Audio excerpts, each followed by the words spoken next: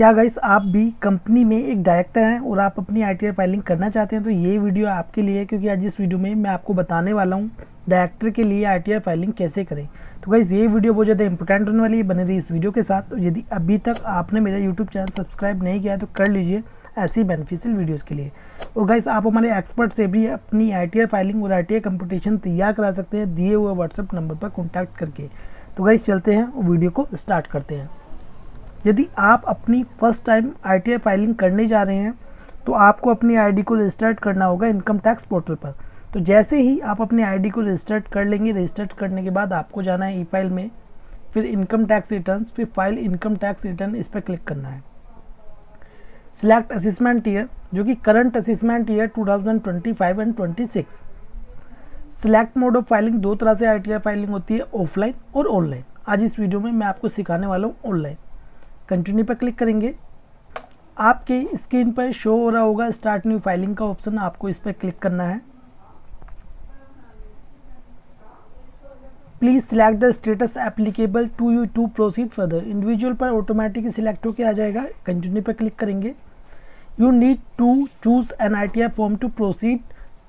तो देखिए इंडिविजुअल के लिए 4 प्रकार के फॉर्म होते हैं, आईटीआर 1, 2, 3 एंड 4। अब डायरेक्टर के लिए कौन सा आईटीआर फॉर्म सिलेक्ट करते हैं? तो देखिए यदि आप किसी कंपनी में डायरेक्टर हैं और आपको सैलरी रिसीव्ड हो रही है तो आपको आईटीआर 2 सिलेक्ट करना है। अब यदि मान लीजिए आपका बिजनेस भी है और आप किसी कंपनी में डायरेक्टर भी हैं तो फिर आपको आईटीआर 3 यहाँ पर सिलेक्ट करना है। और आपकी किस किस सोर्सेज से इनकम है आप मुझे कमेंट बॉक्स में कमेंट करके बताइए, फिर मैं आपको बताऊँगा आपके लिए कौन सा फॉर्म सूटेबल रहेगा। तो हम यहाँ पर सिलेक्ट करेंगे आईटीआर 2। प्रोसीड विद आईटीआर 2 पर क्लिक करेंगे, ओके पर क्लिक करेंगे, लेट्स गेट स्टार्टेड पर क्लिक करेंगे।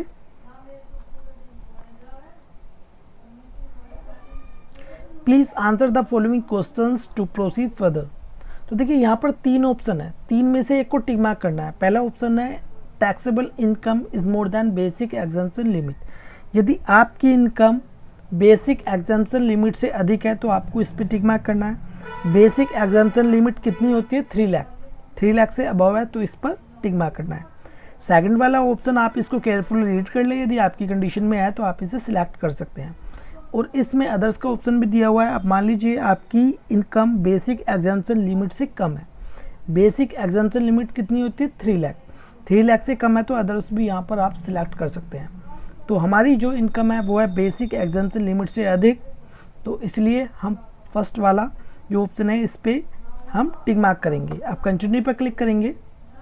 अब देखिए ये है शेड्यूल, ठीक है, तो ये है इनकम का शेड्यूल। अब आपकी इनकम किस किस सोर्सेज से है वो आपको टिक मार्क कर लेना है। जैसे कि हमारी सिर्फ सैलरी है तो हम सैलरी यहाँ पर सिलेक्ट करेंगे।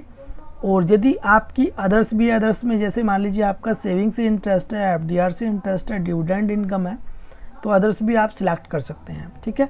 वो आपको चेक करना होगा टीआईएस, क्योंकि टीआईएस में हमारी जो भी इनकम होती है, ठीक है, वो वहाँ पर शो हो जाती है। अब कंटिन्यू पर क्लिक करेंगे, ओके पर क्लिक करेंगे।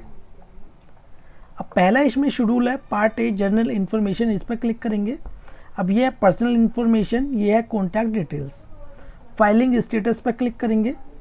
Filed under section 139(1) return file on और बिफोर ड्यू डेट। यदि आप अपनी आईटीआर फाइलिंग ड्यू डेट से पहले कर रहे हैं तो ऑटोमेटिकली सिलेक्ट होकर आ जाएगा। और यदि आप अपनी आईटीआर फाइलिंग रिवाइज्ड करना चाहते हैं तो इस पर टिक मार्क करेंगे। अब देखिए ये है न्यू रिजिम में और ओल्ड रिजिम में जाने का ऑप्शन, यानी कि 115 BAC सबसेक्शन 6। तो यदि आप न्यू रिजिम में जाना चाहते हैं तो नो पर ऑटोमेटिकली सिलेक्ट होकर आ जाएगा। और यदि आप ओल्ड रिजिम में जाना चाहते हैं इसको येस पर टिक मार्क करेंगे, ठीक है। कब? जब आप ओल्ड में जा रहे हैं। तो हम जा रहे हैं न्यू रिजिम में तो हम इसे ऐसे ही रहने देंगे। नीचे आएंगे रेसिडेंटल स्टेटस इन इंडिया, तो ये रेसिडेंट यहाँ पर ऑटोमेटिक सिलेक्ट होके आ रहा है। और यदि आप नॉन रेसिडेंट होंगे तो नॉन रेसिडेंट सिलेक्ट होके आ जाएगा। कंडीशंस फॉर रेसिडेंटल स्टेटस, तो देखिए इसमें से आपको चूज़ करना है। अब इसका मतलब मैं आपको सिंपल लैंग्वेज में बता देता हूँ। आप इंडिया में कितने दिन रहे हैं, ठीक है, वो आपको सिलेक्ट करना है। अब यदि आप बोर्न टाइम से ही आप इंडिया में रह रहे हैं, ठीक है, तो फर्स्ट वाला ऑप्शन आप सिलेक्ट करेंगे। Do you want to claim the benefit under section 115H, तो इसको भी हम नो पर टिक मार्क कर देंगे। Are you govern by prosecute civil code as per section 5A, इसको भी नो पर टिक मार्क कर देंगे। Whether you are an FPI, इसको भी नो पर टिक मार्क कर देंगे।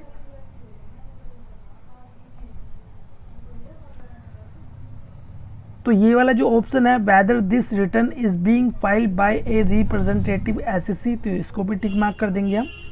Whether you are were director in a company at the time during the previous year, तो यदि आप एक कंपनी में डायरेक्टर हैं तब उस कंडीशन में यस करेंगे। तो हम जो ITR फाइलिंग करने जा रहे हैं वो डायरेक्टर के लिए ही करने जा रहे हैं, तो इसको हम यस करेंगे। If yes please furnish following information, यानी कि हमें जो इन्फॉर्मेशन है इसमें ऐड करनी है डायरेक्टर के लिए। ऐड अनदर पर क्लिक करेंगे। नेम ऑफ कंपनी, अब आपके इस कंपनी में डायरेक्टर है उसका नाम आ जाएगा।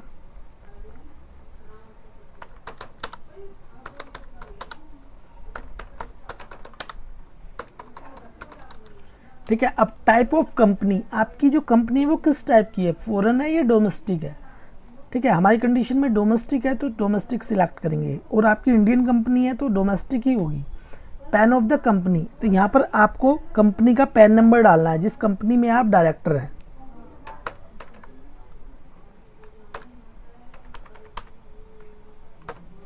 डायरेक्टर आइडेंटिफिकेशन नंबर यानी कि डिन नंबर। डिन नंबर क्या होता है आपको पता होगा, क्योंकि हर डायरेक्टर का डिन नंबर होता है, तो मैं इसमें डाल देता हूँ। अब whether it's share are listed और अनलिस्टेड, अब आपकी जो कंपनी है उसमें जो शेयर्स हैं आपकी कंपनी लिस्टेड है या अनलिस्टेड है। ठीक है, वो आपको सिलेक्ट करना है, तो हमारे केस में अनलिस्टेड। और लिस्टेड कौन सी होती है, जो सेबी में रजिस्टर्ड होती है। ठीक है, वो लिस्टेड होती है। सेव पर क्लिक कर देंगे। अब उसके बाद ये है बैंक डिटेल्स, कंफर्म पर क्लिक कर देंगे। शेड्यूल सैलरी, तो इस पर क्लिक करेंगे। ग्रोस सैलरी पर क्लिक करेंगे। ऐड अनदर पर क्लिक करेंगे। नेम ऑफ द एम्प्लॉयर, तो यहाँ पर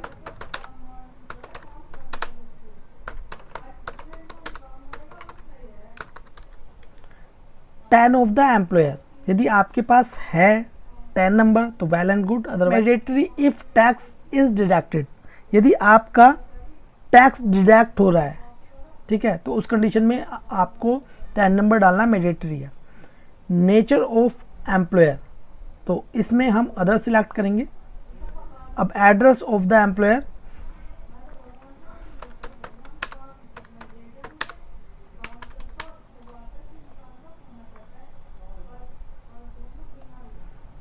अब इसमें हमें सैलरी को ऐड करना है, तो ऐड अनदर पे क्लिक करेंगे। Nature of salary, basic salary यहाँ पर सिलेक्ट करेंगे, और 6,50,000 रुपये सैलरी रिसीव हो रही है कंपनी से। ठीक है, इसे सेव पर क्लिक कर देंगे। फिर नीचे आएंगे, कंफर्म पर क्लिक कर देंगे। फिर उसके बाद शेड्यूल अदर सोर्सेज, तो इसमें देखिए जो शेड्यूल अदर सोर्सेज होता है इसमें आपको ऐड करने की भी ज़रूरत नहीं होगी, क्योंकि जो आपका इंटरेस्ट वगैरह होगा वो ऑटो फिल होके आ जाता है। यदि है तो एडिट करके आप इसमें ऐड कर सकते हैं। हम नीचे आएंगे और कंफर्म पर क्लिक कर देंगे। फिर उसके बाद नेक्स्ट शेड्यूल है शेड्यूल CYLA, इस पर क्लिक करेंगे। नीचे आएंगे, इसको भी कंफर्म कर देंगे। फिर उसके बाद है शेड्यूल BFLA, इस पर क्लिक करेंगे और नीचे आएंगे और इसको भी कंफर्म कर देंगे। फिर उसके बाद है शेड्यूल CFL, इस पर क्लिक करेंगे और नीचे आएंगे और इसको भी कंफर्म कर देंगे, क्योंकि इसमें हमें कुछ भी करना नहीं होता है। ये जो शेड्यूल है शेड्यूल SI स्पेशल रेट, तो इस पर क्लिक करेंगे और इसमें भी हमें कुछ नहीं करना, बस इसको कंफर्म करना है।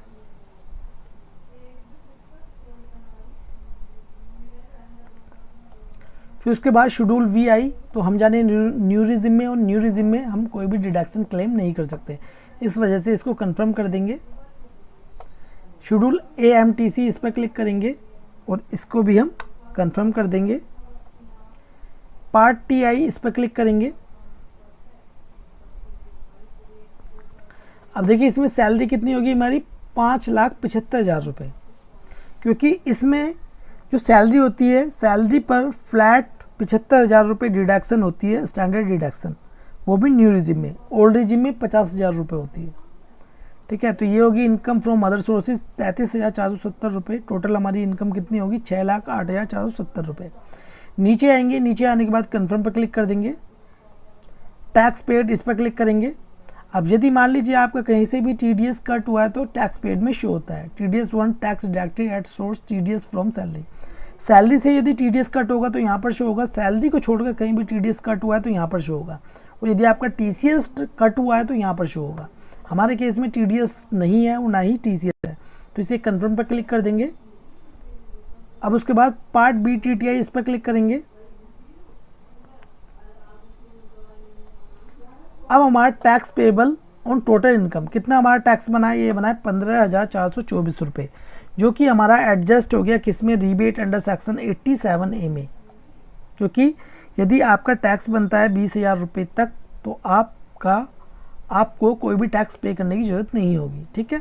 अब इसे कंफर्म कर देंगे, प्रोसीड टू वेरिफिकेशन पर क्लिक करेंगे। तो गाइस देखिए, इसमें हमारी जो जनरल इन्फॉर्मेशन थी उसमें एक एरर शो होगी है, ठीक है। तो इस एरर को इस पर क्लिक करके हम उसको ठीक कर लेंगे, ठीक है। जो मैन शेड्यूल्स थे वो मैंने आपको बता दिया है, और सभी जितने भी शेड्यूल हैं वो कंफर्म हो चुके होंगे, तो आपको दोबारा कंफर्म करने की ज़रूरत नहीं होगी।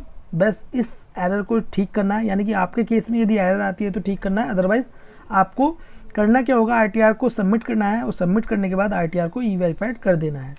तो गाइस इसी प्रकार ही आपको अपनी ITR फाइलिंग करनी है यदि आप किसी कंपनी में डायरेक्टर हैं। तो गाइस ये वीडियो आपको कैसे लगी प्लीज़ कमेंट बॉक्स में जो बताएं। वीडियो आपको अच्छी लगी प्लीज़ लाइक कर दें, और इस वीडियो को शेयर करें अपने फ्रेंड्स के साथ। वीडियो देखने के लिए धन्यवाद।